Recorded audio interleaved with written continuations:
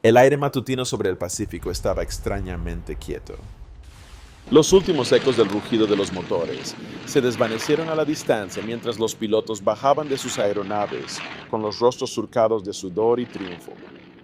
En la cubierta de vuelo de la calle, el calor destellaba sobre el metal, llevándose el pesado olor a combustible y sal. Los hombres a su alrededor reían, se abrazaban y celebraban lo que parecía una victoria incuestionable en Pearl Harbor.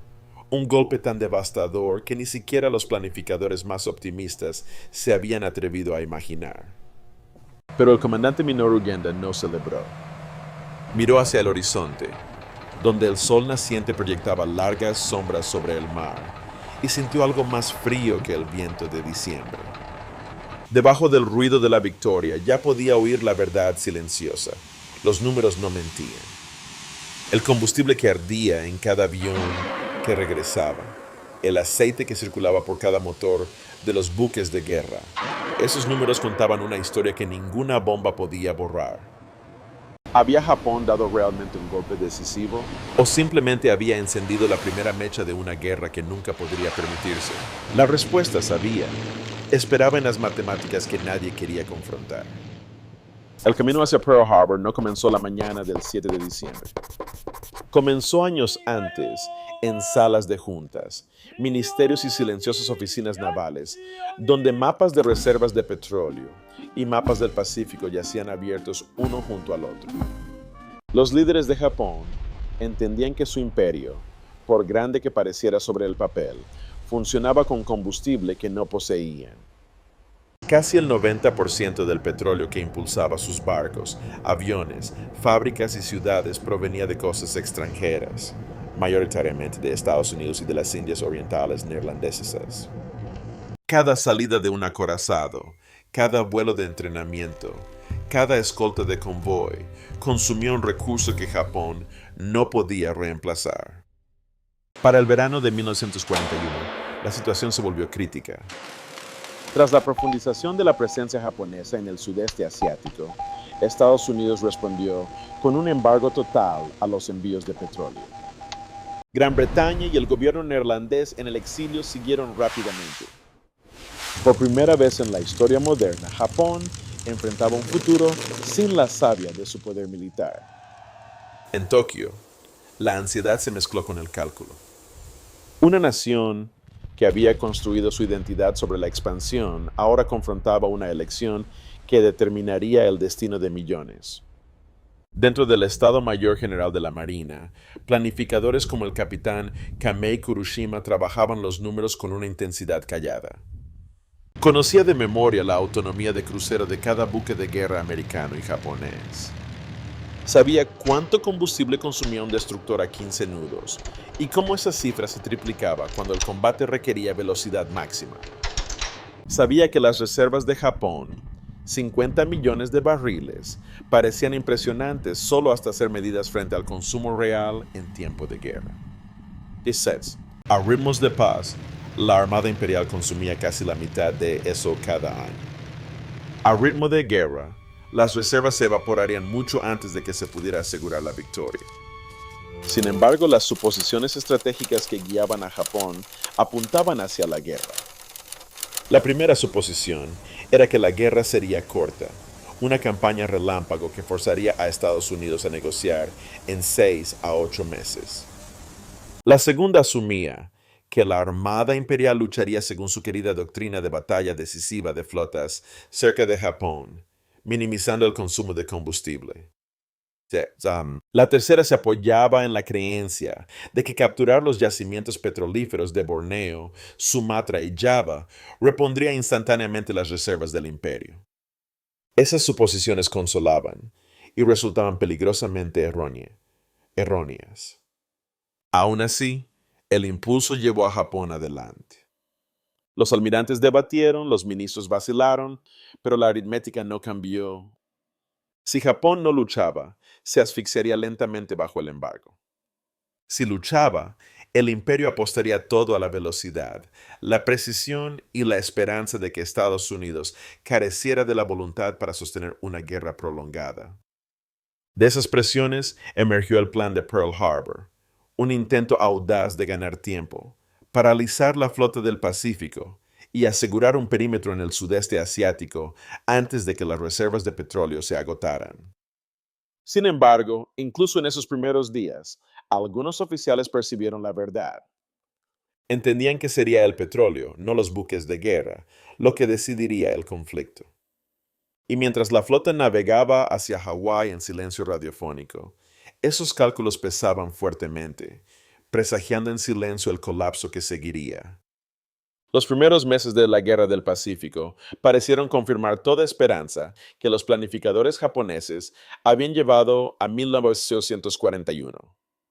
Desde las selvas de Malasia hasta las aguas frente a Luzón, las fuerzas japonesas avanzaron con una velocidad que dejó atónito al mundo. Los grupos de portaaviones atacaban con precisión. Las unidades del ejército penetraban profundamente en posiciones británicas y americanas. Y a medida que el imperio barría las Indias Orientales neerlandesas, los largamente codiciados yacimientos petrolíferos cayeron bajo control japonés. Por un momento la guerra pareció ganable, al menos en la superficie. Pero bajo los titulares de victoria, los indicadores de combustible contaban una verdad más sombría. La guerra naval moderna no era el tipo de conflicto para el que Japón se había preparado. La estrategia de la Armada Imperial se había moldeado en épocas anteriores, cuando las flotas maniobraban lentamente hacia un único enfrentamiento decisivo. Ahora, en 1942, el campo de batalla abarcaba miles de millas. Fuerzas de portaaviones asaltaban bases enemigas a través de océanos enteros. Submarinos merodeaban lejanas rutas marítimas. Destructores corrían de un lado a otro escoltando convoyes y respondiendo a crisis repentinas. La guerra se había convertido en una competición de movimiento, y el movimiento devoraba combustible. Un destructor que navegaba pacíficamente a 15 nudos consumía aproximadamente 100 toneladas de petróleo por día. En operaciones de combate, empujando a 25 o 30 nudos, quemaba 3 o 4 veces más. Y las operaciones de combate dejaron de ser momentos raros, se convirtieron en la nueva normalidad. Los buques se desplegaban durante semanas, cubriendo distancias que los planificadores japoneses no habían imaginado cuando hicieron sus proyecciones de combustible. Cada encuentro inesperado, cada maniobra de emergencia, cada persecución a alta velocidad drenaba combustible que Japón no podía permitirse perder. Incluso cuando las fuerzas japonesas capturaron los yacimientos petrolíferos en Borneo, Sumatra y Java, descubrieron una realidad dura: poseer no equivalía a producir. Los defensores neerlandeses y británicos habían ejecutado una retirada con táctica de tierra quemada, saboteando pozos, destruyendo bombas, rompiendo oleoductos y dejando inutilizadas las refinerías. Algunas instalaciones parecían intactas desde fuera, pero estaban calladamente arruinadas. Cableados cortados, sellos dañados, componentes esenciales descartados o enterrados. La destrucción fue sistemática, deliberada y eficaz. Japón carecía de la experiencia en ingeniería petrolera para reparar los daños con rapidez. Su industria doméstica era minúscula, su reserva de ingenieros capacitados aún menor. Muchos especialistas neerlandeses capturados fueron internados en lugar de empleados, por temor a sabotajes. La escasez de equipos agravó la crisis. Cada plataforma de perforación o componente de refinería tenía que enviarse desde Japón en mercantes ya sometidos a una gran presión por las demandas de guerra. Y aun cuando la producción se reanudó, lo hizo a una fracción de la capacidad de preguerra. En 1942, los yacimientos petrolíferos de las Indias Orientales neerlandesas produjeron apenas 25,9 millones de barriles, apenas el 40% de su producción en tiempos de paz. El imperio necesitaba más del doble de esa cantidad para sostener sus ambiciones. Para cuando el alto mando japonés comprendió el alcance completo de la crisis, sus victorias tempranas se habían convertido en una trampa. Cada milla ganada en el Pacífico estiraba aún más sus líneas de suministro. Cada nuevo frente exigía más combustible. La guerra corta, en la que habían confiado, se les escapaba de las manos, reemplazada por una lucha agotadora para la que Japón nunca estuvo construido. A finales de 1942, los primeros signos del colapso dejaron de ser sutiles. Las reservas de combustible de la Armada Imperial, una vez proyectadas para durar años, disminuían a un ritmo que dejó atónitos incluso a los oficiales más pesimistas. Lo que empezó como una escasez manejable, pronto se reveló como una crisis estructural. La producción en las Indias Orientales neerlandesas no podía seguir el ritmo. Los astilleros no podían construir petroleros lo suficientemente rápido. Y por encima de todo, los submarinos americanos habían encontrado el talón de Aquiles de Japón. La guerra submarina no era ostentosa. No hubo grandes batallas, ni formaciones aéreas imponentes, solo el trabajo silencioso y letal de cazadores de acero, esperando a lo largo de las rutas de suministro japonesas. El estrecho de Luzón se convirtió en un cementerio de petroleros. Cada hundimiento fue más que una pérdida de tonelaje, fue una ruptura en el torrente sanguíneo económico de Japón. Un solo petrolero podía transportar 100 barriles de petróleo, suficiente para alimentar las operaciones de un destructor durante semanas. Cuando desaparecía bajo las olas, ese combustible desaparecía con él. El petróleo quedaba inútil en tanques de almacenamiento en Borneo y Sumatra sin barcos que lo llevaran a casa. Los petroleros que sobrevivían navegaban bajo miedo constante. Las tripulaciones zigzagueaban a través del océano, desviándose por las costas, ocultándose en bahías poco profundas. Rutas que antes tomaban 4 semanas se estiraron a 5 o 6. Cada día extra consumía combustible y reducía el número de travesías anuales. Incluso sin torpedos, la campaña submarina estaba erosionando la logística japonesa mediante la psicología y la demora. La desesperación empujó a la Armada Imperial hacia soluciones drásticas. Algunos propusieron reducir las operaciones de la flota, mantener los buques inactivos para conservar combustible.